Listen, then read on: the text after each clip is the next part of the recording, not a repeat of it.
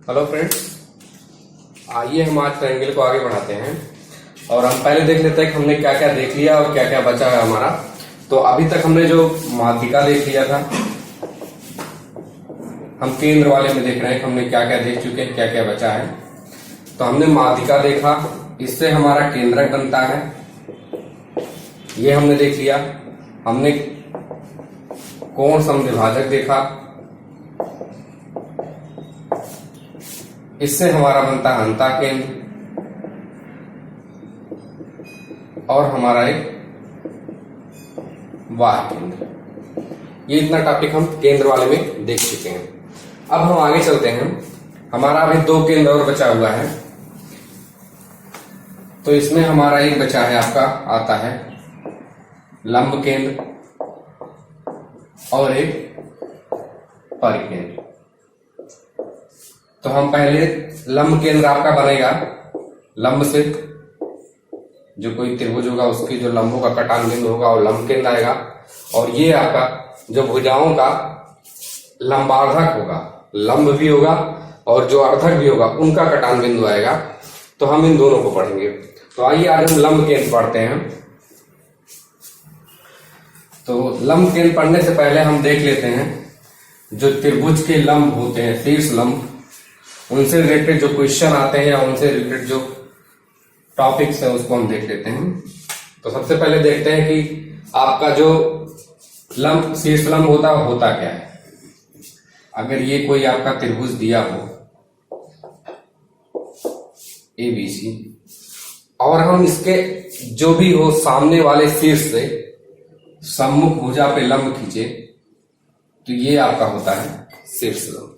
या हम इसको कह सकते हैं कि ये त्रिभुज की ऊंचाई होती है।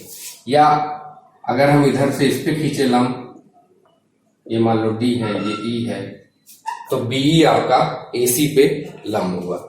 या इसी तरह हम खींचे ये लंब, तो ये भी आपका लंब होगा। तो ये आपके शीर्ष लंब ये होते हैं।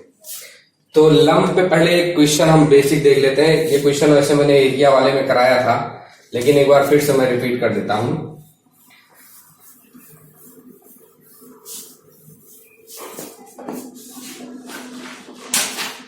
क्वेश्चन क्या था कि आपका दिया था कि त्रिभुज ABC की भुजाएं 35, 54, 61, 35, 54, 61 ये भुजाएं आपकी दी थी। और पूछा था कि सबसे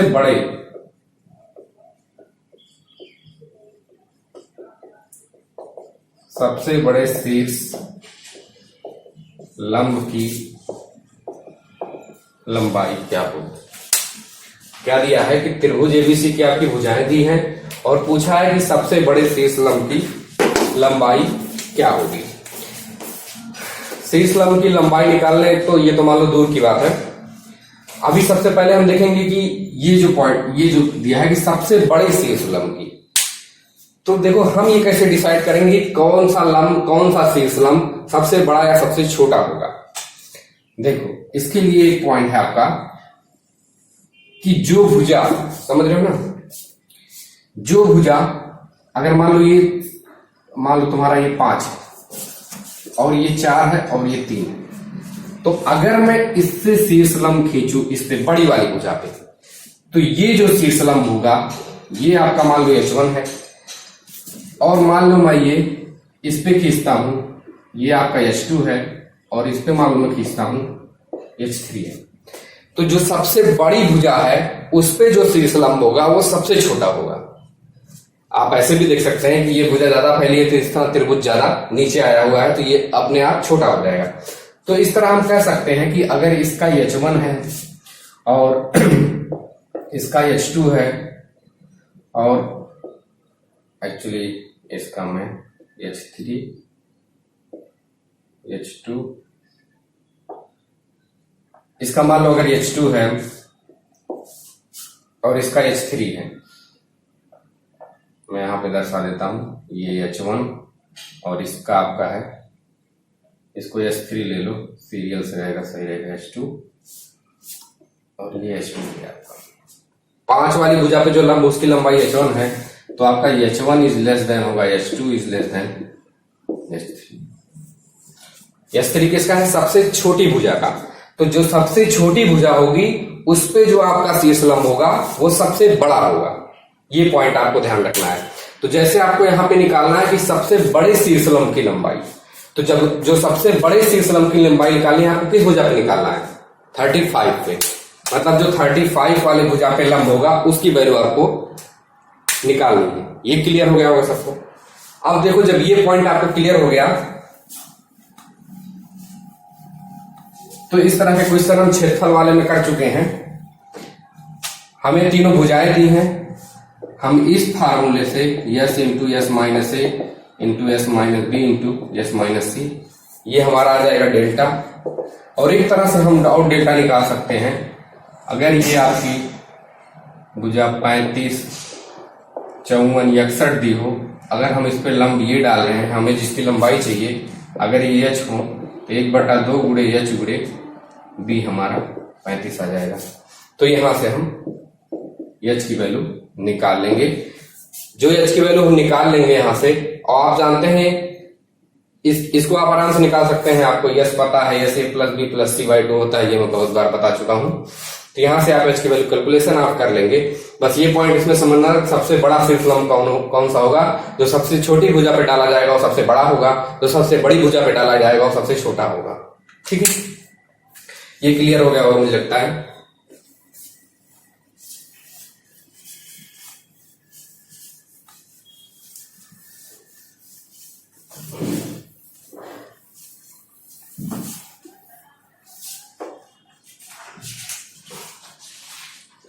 आगे चलते हैं, एक और पॉइंट देखते हैं। कभी कभी आपका क्वेश्चन इस तरह से आता है, मैं इसको एक क्वेश्चन के माध्यम से एक थ्योरम टाइप का भी है, समझ लेंगे आप, कि अगर दो शीर्षलंब मान लो एच ए एच बी, आपके दो शीर्षलंब दिए हों। अब इसलिए त्रिभुज में बात हो रही है, त्रिभुज एबीसी में ये आपके दो शीर्षलंब दिए हैं। तो आपसे पूछेगा कि जो तीसरा शीर्षलंब एस सी है उसका रेंज पूछता है। तो उसका रेंज डायरेक्टली मैं आपको बता देता हूं होता क्या है। पहले मैं बता देता हूं फिर आपको दिखाता हूं कि वो आता कहां से है, बट आप इसे डायरेक्टली याद रखेंगे कि होता क्या है। जो तीसरा शीर्षलंब है उसकी जो वैल्यू होगी एच सी, ये आपका होगा H A into H B upon H A plus H B, और ये आपका जाएगा H A into H B upon H A minus H B.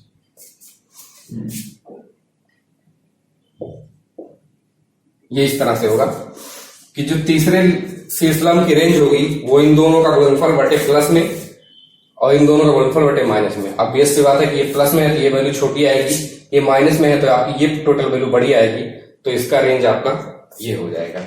ये क्लियर हो गया होगा सबको कि क्वेश्चन ऐसे दे देगा, आपको दो शीर्षलंब की लंबाई दे देगा और तीसरे शीर्षलंब की रेंज पूछ लेगा, तो आपका डायरेक्ट यहां से आप निकाल सकते हैं। देखो इसको बहुत बेसिक से ये आपका आया हुआ है, मैं एक बार बता देता हूं, आपको क्लियर हो जाएगा।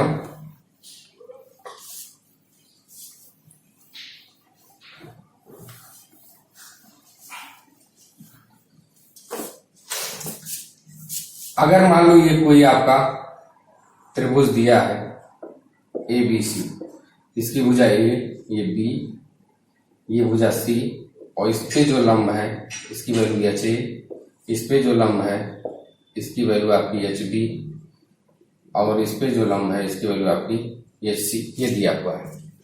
तो हम अगर त्रिभुज का क्षेत्रफल लिखना चाहें, डेल्टा बराबर 1/2 ए एच ए लिख सकते हैं, या हम इसी को 1/2 बी एच बी लिख सकते हैं, या इसी को 1/2 सी एच सी लिख सकते हैं। क्षेत्रफल के सब फार्मूले हैं, अलग अलग भुजाओं पे डाले गए लंब का उस भुजा से गुणा करके 1/2 लेके क्षेत्रफल निकल आता है। ठीक है, अब हम जानते हैं अगर हम किसी भी दो भुजा का ले ले, मान लो हमें 80 का रेंज निकालना था तो हम बाकी दो को ले लेते हैं। क्या ये चीज सभी लोग जानते हैं कि त्रिभुज की दो भुजाओं का योग तीसरी भुजा से बड़ा और उनका अंतर तीसरी भुजा से छोटा होता है। क्लियर है? ये चीज सबको पता होगा। अब यहां से आपकी ए और बी की, जैसे मान लो यहां से ए की वैल्यू आप निकाल सकते हैं डेल्टा से, ए की वैल्यू आप निकालेंगे 2 delta upon H A, B की वैल्यू आप निकालेंगे यहाँ और सी की वैल्यू आप निकाल के यहाँ निकालेंगे, फिर वो रिलेशन आपका आ जाएगा। ज्यादा जानने की जरूरत नहीं कि आप वो रिलेशन याद रखिए, वैसे जानते रहिए कि आपका कहाँ से आया हुआ है। क्लियर?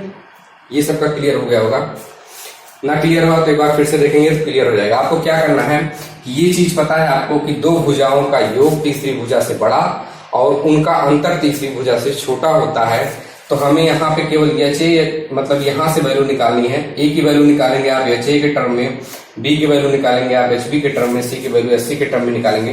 बाकी आपका 2 डेल्टा सब में होगा, वो कट जाएगा, बस इसी में रिलेशन आएगा तो वही रिलेशन आपका आ जाएगा। ये क्लियर हो गया होगा सबको? ठीक है, मैं इसमें न्यूमेरिकल नहीं करा रहा हूँ, आप कोई भी न्यूमेरिकल लग के कर लेंगे, समझ में आ जाएगा कि आपकी तीसरी वैल्यू क्या होगा। एक बार फिर से बता देता हूँ क्या होगा। जो एच सी आपका होगा उसका रेंज होगा H A into H B upon H A minus H B, या फिर H A into H D upon H A plus H B. ये आपका रेंज होगा। ये यहां से जब वैल्यू रखेंगे तो यहां से आ जाएगा। ये क्लियर हो गया सबको? आप ये याद रखिए, बस डायरेक्ट इस पे आएगा तो न्यूमेरिकल आएगा।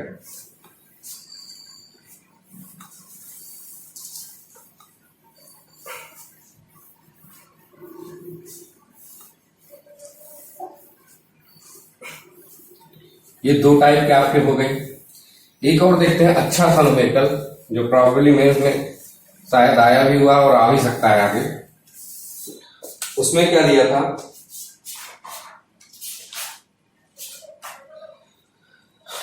उसमें आपका दिया था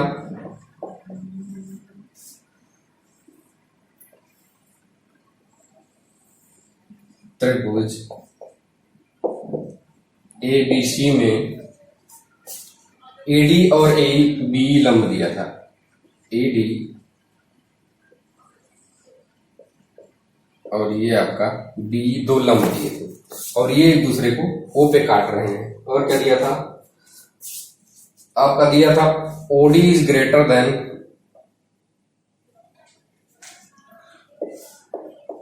ओ दिया था। ये डायग्राम में थोड़ा सही नहीं बना है, लेकिन आपका ये दिया था, ये आप मान के चलिए। और दिया था OB बराबर 8, मैं वही लिख देता हूं, OB बराबर 8 दिया था, OE बराबर 6, OE बराबर 6 और दिया था AD बराबर 16, AD बराबर 16 दिया था। फिर पूछा था आपसे OD की वैल्यू क्या है। यहां से आपसे पूछा था कि OD की वैल्यू क्या है। देखो, अब देखो हम इसमें आपके जो ये सी इस्लाम वाला टॉपिक है, इसमें हम समरूपता से कैसे यूज करके इस क्वेश्चन को निकालेंगे। सबसे पहले देखो कि हमें क्या निकालना है, ओडी निकालना है, हमें ये वैल्यू चाहिए। और दूसरी बात, हमें दिया क्या क्या है? ओबी दिया है, ओबी दिया है 8, फिर ओई दिया है, ओई दिया है 6 और फिर हमें क्या दिया? एडी पूरे की लंबाई दी है 16। तो हमें ओडी चाहिए, हम मान लो इसको एक्स ले लेते हैं। इसकी वैल्यू कितनी आ गई? 16 माइनस एक्स हो जाएगी। भाई ये पूरा 16 है, अगर हम इसको एक्स ले लेते हैं 16 माइनस एक्स, ये सबको क्लियर होगा, ये 16 माइनस एक्स हो जाएगा। अब देखो हमें निकालनी है। अब हमें दिख रहा है कि इन दोनों त्रिभुज में अगर हम समरूपता लगा दें तो हमारा एक्स की वैल्यू आ जाएगी। पहली बात देखो, त्रिभुज BDO में और त्रिभुज AEO में, इन दोनों में देखो, ये आपका 90 डिग्री है, ये भी 90 डिग्री है। कोण D आपका दोनों में 90, D और E 90 डिग्री। दूसरी बात, ये कोण आपका अगर देखें, कोण AOD इक्वल टू कोण AOE, ये आपके शीर्षाभिमुख कोण है। मतलब अगर ये कोई लाइन काटती है तो ये कोण इसके बराबर होता है, ये कोण इसके बराबर होता है, ये हम जानते हैं। तो ये कोण इसके बराबर है, तो त्रिभुज के दो कोण बराबर हो गए। अगर दो कोण बराबर हो गए, तीसरा अपने आप बराबर हो गया। तो जब तीसरा अपने आप बराबर हो गया तो ये दोनों त्रिभुज समरूप हो गए हमारे। अब देखो जब त्रिभुज समरूप हो गए तो हम क्या करेंगे,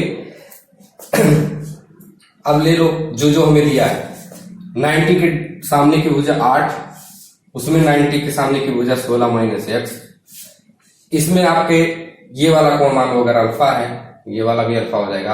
अल्फा के सामने की भुजा इसमें कितना है ODX, और फिर अल्फा के सामने की भुजा 6। तो इस तरह आपसे यहाँ क्या आ जाएगा कि 8 6 48 बराबर 16x माइनस एक्स स्क्वायर, या आप ऐसे कर सकते हैं x square minus 16x plus 48 बराबर 0। इसको आप सॉल्व कर लेंगे, यहां से आपकी दो वैल्यू आएंगी, एक तो 12 आ जाएगी, मैं निकाल देता हूं, कितना आ जाएगा 12 चौक 48, 12 4 16, आप देखेंगे 12 और 4 दो वैल्यू आएंगे। और पहली बात आपको ये यहां से कंफ्यूजन के लिए ये आपका जो दिया हुआ था कि OD is greater than OA, तो OD की वैल्यू आपकी 12, OA की वैल्यू आपकी 4। मे भी ये माइनस जो भी आए, आपको जो भी यहां से आप जो भी वैल्यू आएगी, जो बड़ी वाली वैल्यू होगी उसको आप OD ले लेंगे, क्योंकि यहाँ पे आपका दिया हुआ है कि OD OA से बड़ा हुआ है।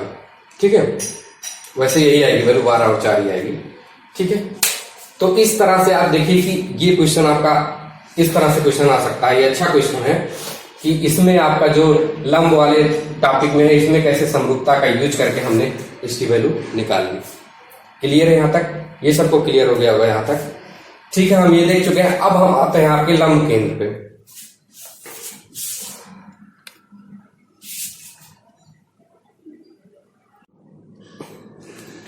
तो आइए हम लंब केंद्र देखते हैं। जो ये आपके शीर्ष लंब है, आप जब इनको मिलाया जाता है तो एक बिंदु पे काटते हैं, जिसको हम लंब केंद्र कहते हैं। ये मैं आपको दिखा रहा हूं। ये मान लीजिए आपका कोई त्रिभुज दिया है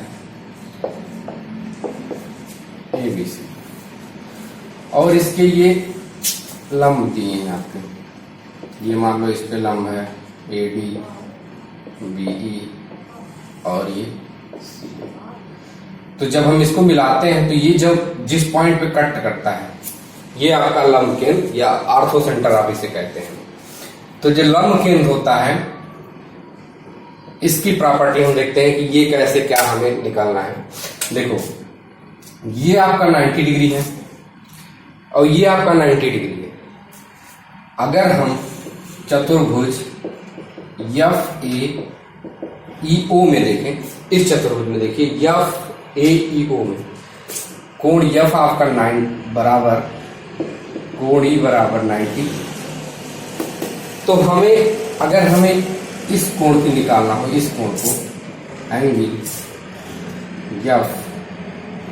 FOE को, तो हम क्या कर सकते हैं?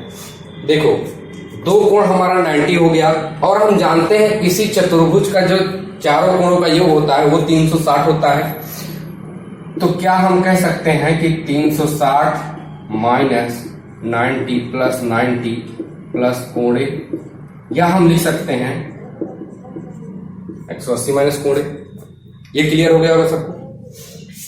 FOE की वैल्यू क्या ये आ गई, और यही कोण इस कोण के बराबर होगा कि नहीं? अभी हमने थोड़ी देर पहले देखा था कि ये एक दूसरे के सामने के कोण हैं, तो ये एक दूसरे के बराबर हो जाएंगे। या हम लिख सकते हैं कोण BOC बराबर 180 माइनस कोण A। ये क्लियर है सबको? अब देखो ये क्वेश्चन इस पे आता है, एकदम पेड क्वेश्चन आता है कि आपका कोण A दे देगा और बोलेगा कि ये शीर्ष या आर्थो सेंटर दे देगा, या मतलब ऐसे बता देगा कि आपके शीर्षों का कटान लंबों का कटान बिंदु है, तो आपसे इसकी वैल्यू पूछ लेगा। या फिर वो डायरेक्ट A ना देके आपको B और C दे देगा। अब देखो अगर हमें B और C दे दे तो क्या हम ये नहीं निकाल सकते? आराम से निकाल सकते हैं, क्योंकि कोण A प्लस कोण B प्लस कोण C, इसका योग 180 होगा। तो हमें अगर कोण A निकालना हो तो क्या करेंगे 180 माइनस कोण बी प्लस कोण सी, या आप हमें यही निकालना है, डायरेक्ट निकाल सकते हैं। इसको इधर ले आओ, 180 माइनस कोण ए कर देंगे तो क्या हो जाएगा कोण बी प्लस कोण सी।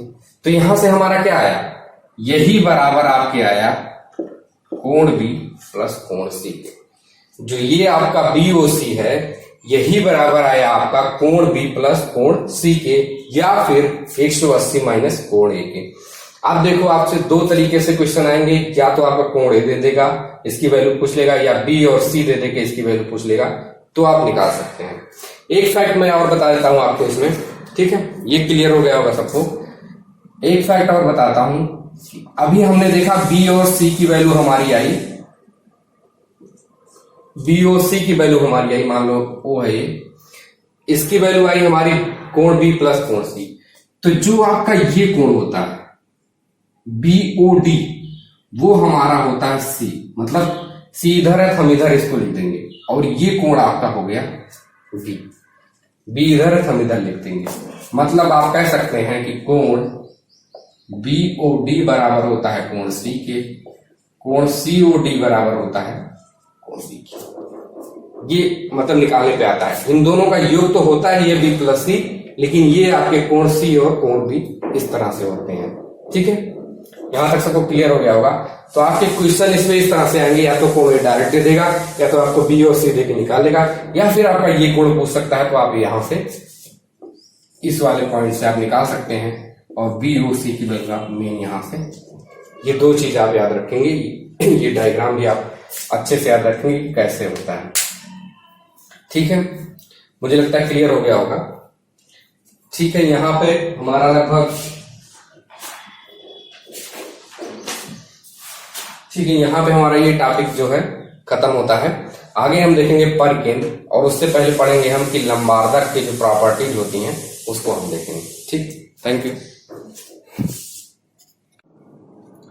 हेलो फ्रेंड्स, आइए हम अब आगे चलते हैं आज, और जो हमारा लास्ट केंद्र बचा है पर केंद्र, उसको पढ़ते हैं।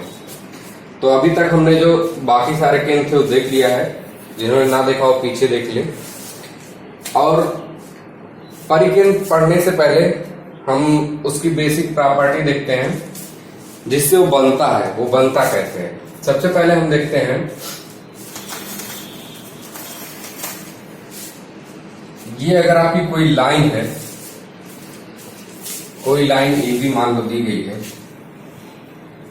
तो अगर हम इस लाइन का लंब समद्विभाजक खींचे, ध्यान से सुनिएगा, लंब समद्विभाजक। लंब समद्विभाजक का मतलब, पहली बात तो कोई इसका जो मध्य बिंदु मान लो C है, ये बराबर इसके, ये इसका मध्य बिंदु है, और इसी पॉइंट पे अगर हम लंब खींचे,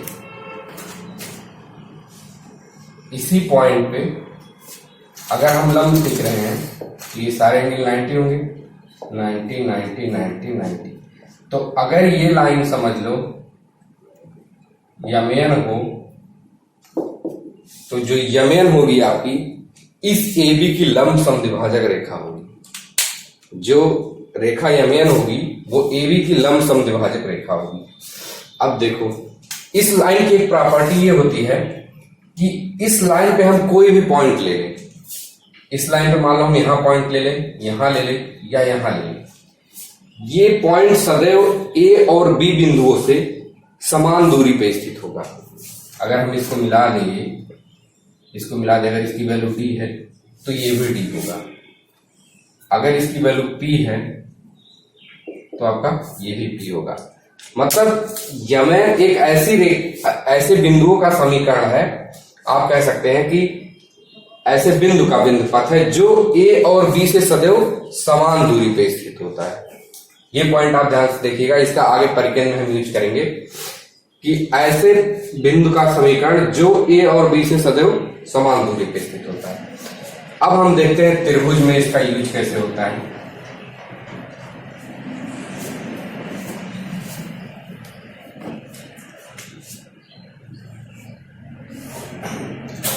अगर ये आपका कोई त्रिभुज दिया गया हो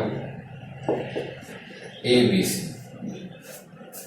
तो अगर हम इन भुजाओं के लंबार्धक खींचें, तो अगर हम भुजाओं के लंबार्धक खींचते, मान लो इसका मध्य बिंदु ये है, एक्चुअली ये यहाँ पे नहीं जाएगा। अगर ये भुजा का लंबार्धक हम खींचते हैं, चाहे जहां जाए, इससे हमें मतलब नहीं है। ये मान लो इसका मध्य बिंदु ये है, इसका लंबार्धक ये, और इसका मध्य बिंदु ये, इसका लंबार्धक ये आपका 90 होगा, ये भी आपका 90 होगा, ये ठीक है। तो हम देखते हैं कि जैसे मान लो ये आपका पॉइंट डी ई ये आपको, तो ये जो ये वाली लाइन है डी वाली, ये इसकी लंबार्धक है, ये इसकी लंबार्धक है, और ये इसका लंबार्धक है। तो जो इन लंबार्धकों का कटान बिंदु होता है, अगर हम इस लाइन को मिटा दें, एक्स्ट्रा वाली,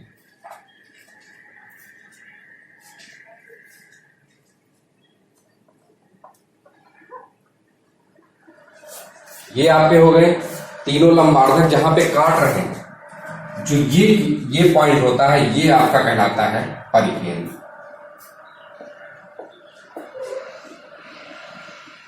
ये आपका परिकेंद्र कहलाएगा, या फिर आप कह सकते हैं सरकमसेंटर, ठीक है।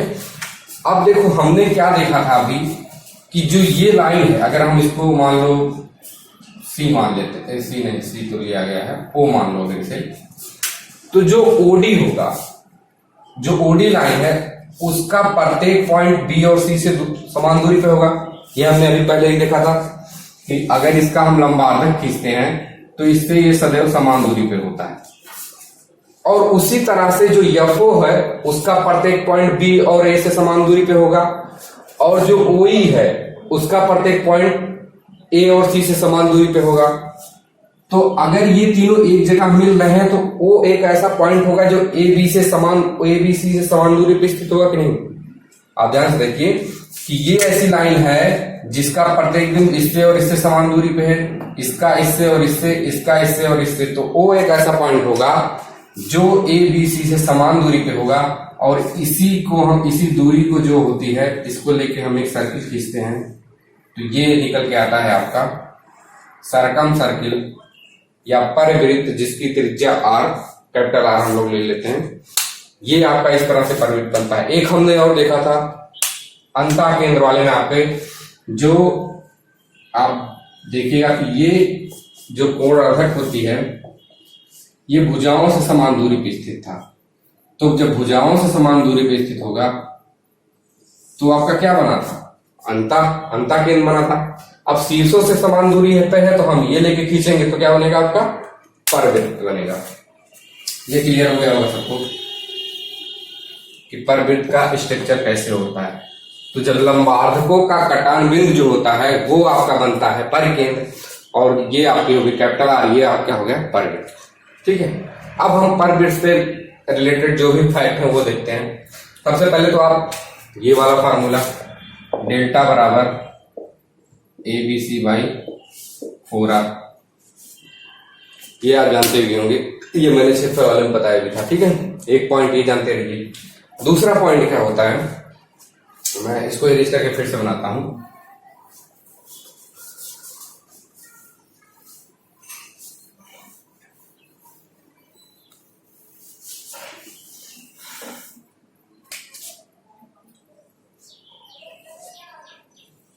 ये आपका कोई ट्रायंगल दिया गया हो,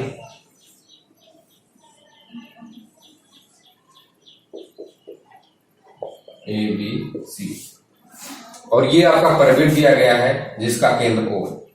तो देखो, अगर हम O से A और C को मिला दें, ठीक है, तो हम देखते हैं कि यार, आप देखिए जो है सर्किल की प्रॉपर्टी है, आप जानते भी होंगी कि अगर ये इस पॉइंट पे, मतलब इसके समझ लीजिए परिधि पे कोई कोण B बनाता है, तो केंद्र पे कितना कोण बनाएगा, जस्ट उसका 2 गुना। ये तो हम लोग जानते भी होंगे, ठीक है। तो आप बस ये जानते रहिए कि जैसे सब में हमने कोण देखा था, जैसे मान लीजिए कि अंता सर्कुलर 90 प्लस थीटा बाई 2 करके, और इसी तरह हम इसमें भी देख रहे हैं कि अगर ये एंगल आपका B हुआ तो ये 2B हो जाएगा, ठीक है। ये आप ट्रायंगल की प्रॉपर्टी बहुत ईजी है। दूसरी बात, वो डायरेक्ट ये ना पूछिए, कुछ और पूछता है। मान लीजिए आपसे ये कोण पूछता है थीटा, ठीक है। तो अब हम देखते हैं इस त्रिभुज में बीओसी में, एओसी में देखिएगा त्रिभुज एओसी में क्या आपकी एओ और ओसी बराबर है कि नहीं। ये आप देखिए, ये केंद्र है आपका, ये सर्किल है, ये आपकी क्या है, दोनों की त्रिज्या है। तो अगर इसके सामने का कोण थीटा है तो इसके सामने का भी कोण थीटा होगा। ये सबको क्लियर होगा। तो हमें अगर ये कोण निकालना है तो हम क्या करेंगे, तीनों कोणों को जोड़ दो, 2 थीटा प्लस 2b बराबर 180, तो थीटा बराबर क्या हो जाएगा 180 माइनस। ये क्लियर होगा सबको, ठीक है। यहां तक सबको क्लियर हो गया होगा। आगे चलते हैं, देखते हैं और कोई प्रॉपर्टी है इसकी।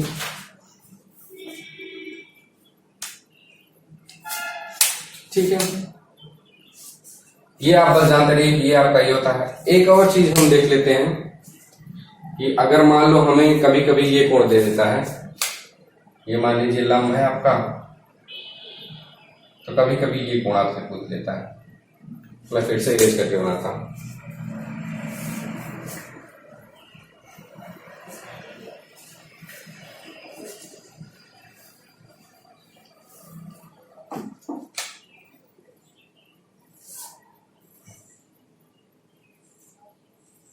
ये आपका अगर ऐसे दिया हो बीओसी और ये आपकी लंबाई रही, तो ये आपका क्या पूछेगा कि अगर मान लो ये ऐसे है तो आपका ये कोण पूछता है ये, तो आप इसको भी निकाल सकते हैं। अभी हमने इसको निकाला था, अगर मान लीजिए थीटा है तो थीटा की वैल्यू क्या आई थी, थीटा बराबर 180 माइनस कोण आई थी। ये क्लियर था सबको। अगर 180 माइनस कोण आ गई तो ये 90 डिग्री है, ये 90 डिग्री, ये थीटा हमें पता लग गया और ये हमसे आराम से निकल जाएगा। जब भी इसमें देगा एक ही वैल्यू देके आपसे ये पूछ सकता है या ये पूछ सकता है, तो आप इससे भी निकाल सकते हैं। ये क्लियर हो गया होगा सबको।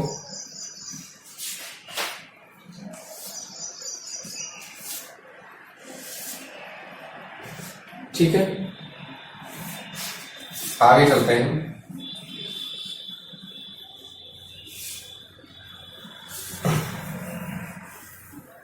अब हम देखते हैं कि जो सारे केंद्र उनको मिक्स करके आपस में उनसे किस टाइप के क्वेश्चन बनते हैं। जैसे हमने जो 4 केंद्र पढ़े हैं आपके, अंतर केंद्र,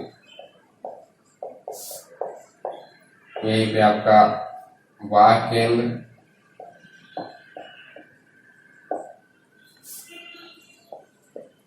केंद्रक, और आपका था लंब केंद्र और आपका परिकेंद्र। ये कितने केंद्र हम लोग पढ़ चुके हैं। अब हम देखते हैं कि इनको मिक्स करके कैसे कैसे क्वेश्चन अभी तक जो एग्जाम में आए हैं उन सब का मैं एक बार आपको बता दे रहा हूं किस तरह से क्वेश्चन आए हुए हैं।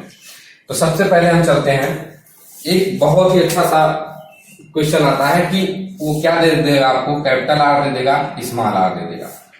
क्या देगा आपका, मान लो आप क्वेश्चन ही मान लो कि आपका परवृत्त की त्रिज्या, मैं फार्मूले को डायरेक्ट क्वेश्चन बना रहा हूं, परवृत्त की त्रिज्या आपका दिया है कैपिटल आर और अंतःवृत्त की त्रिज्या दिया है आपका स्मॉल आर। तो आपसे पूछेगा परिकेंद्र और अंतः केंद्र के बीच का दूरी। तो देखो डिस्टेंस जो पूछेगा परिकेंद्र एंड अंतः केंद्र के, तो ये आपका आता है √r² minus 2 capital R small R. ये आपका डायरेक्ट फार्मूला होता है, इसे आप बस याद रखिएगा। तो डायरेक्ट यही पूछता है कि आपको कैपिटल आर दे देगा, स्मॉल आर दे देगा। अब देखो कभी कभी वो डायरेक्ट ये ना देके आपसे ये दूरी पूछ सकता है। अगर ये डायरेक्ट ना देगा तो आप इसको निकाल सकते हैं। अब आप निकाल सकते हैं कैसे, कैपिटल आर आप कैसे निकाल सकते हैं, ये हमने पढ़ा अभी फार्मूला, डेल्टा बराबर ABC/4R। यहां से आप कैपिटल आर निकाल सकते हैं, या डेल्टा बराबर यस इंटू स्मॉल आर। तो आपको क्वेश्चन को फंसाने के लिए, बड़ा करने के लिए, लेंदी करने के लिए, जैसे भी करेगा वो आपको कहीं से देगा, आपको निकालना यही है, फिर लास्ट में यही आता है। ठीक है, ये इन दोनों का जो समबाहु त्रिभुज के केस में और समकोण त्रिभुज के केस में बहुत अच्छा सा रिलेशन होता है। मैं अभी जब वो दोनों ट्रायंगल स्पेशली पढ़ाऊंगा, उन दोनों ट्रायंगल को अलग से एक टॉपिक करके लूंगा, तो उन सब में इन सबको बता दूंगा। अभी आप बस इतना जानते रहिए कि आप यहाँ से इसको निकाल सकते हैं और यहाँ से निकाल सकते हैं और इसमें इसको रख सकते हैं। ठीक है। दूसरी प्रॉपर्टी एक क्या होती है, ये सबको क्लियर हो गई होगी।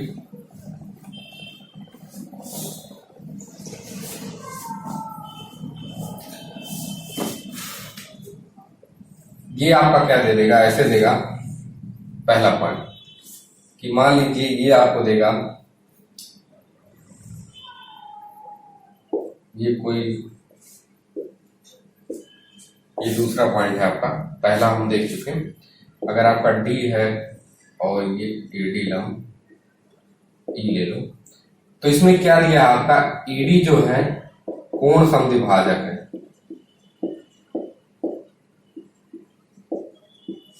ईडी कोण समद्विभाजक है और ई आपका लंब है बीसी पे।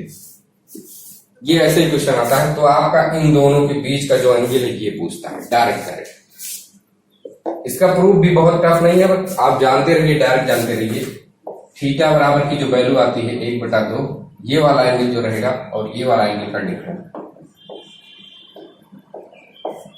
आप इसको डायरेक्ट जानते रहिए। ये आपके दूसरा पॉइंट हो गया, जो केंद्रों को आपस में समझ लीजिए। कोण अंता केंद्र कोण रदक से बनता है और लंब केंद्र आपका लंब से बनता है, तो ये इसी का टॉपिक है, समझ लीजिए। मिक्स करके जो आपको दोनों में पूछता है, तो ये समझ लीजिए आपका ये वैल्यू आप जान जाएंगे। ये क्लियर हो गया सबको। आगे चलते हैं। एक कभी आता तो नहीं, लेकिन शायद आ जाए, एक तीसरा पॉइंट है।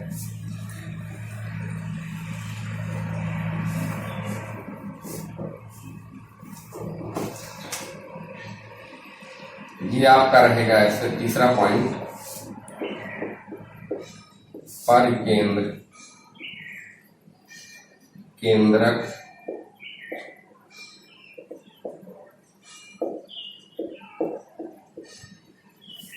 लंब केंद्र, ये आपका ये पॉइंट आता है। वैसे जानते रहिए, कभी आया नहीं है लेकिन हो सकता है पूछ ले कि पहली बार तो आपका परिकेंद्र केंद्रक और लंब केंद्र एक लाइन में होंगे, पहला पॉइंट। और दूसरा पॉइंट जो इनके बीच दूरियों का रिलेशन होगा वो 1:2 होगा। ठीक है, ये आप जानते रहिए। ये सबसे बेसिक पॉइंट आपके जो भी ये केंद्रक वाले सब थे। यहां पे मुझे लगता है केंद्रक वाला सब कंप्लीट हो गया है। आगे हम जो है देखिए, इस पे क्वेश्चन बहुत मतलब क्वेश्चन टाइप के आते हैं, इसलिए मैं बहुत क्वेश्चन नहीं कराया हूं इस पे। आप क्वेश्चन कीजिएगा, दिक्कत होगी फिर तो पूछिएगा। और दूसरी बात, अब हम आगे जो पढ़ेंगे 3 बेसिकली ट्रायंगल जिसपे बहुत क्वेश्चन आते हैं, समद्विबाहु, समबाहु और एक आपका राइट एंगल ट्रायंगल आता है। इस पे बहुत ज्यादा क्वेश्चन आते हैं। इसकी प्रॉपर्टीज क्या होती है, इसमें रिलेशन भुजाओं में जो ये खींचता है, फिर ये वाली, और बहुत सारे रिलेशन है। ये मैं आगे आपके 2 लेक्चर में, इन दोनों को एक लेक्चर में और एक लेक्चर को समकोण त्रिभुज में पूरा अच्छे से जितने इस प्रकार क्वेश्चन आते हैं वो सारे क्लियर कर दूंगा। ठीक है, थैंक यू।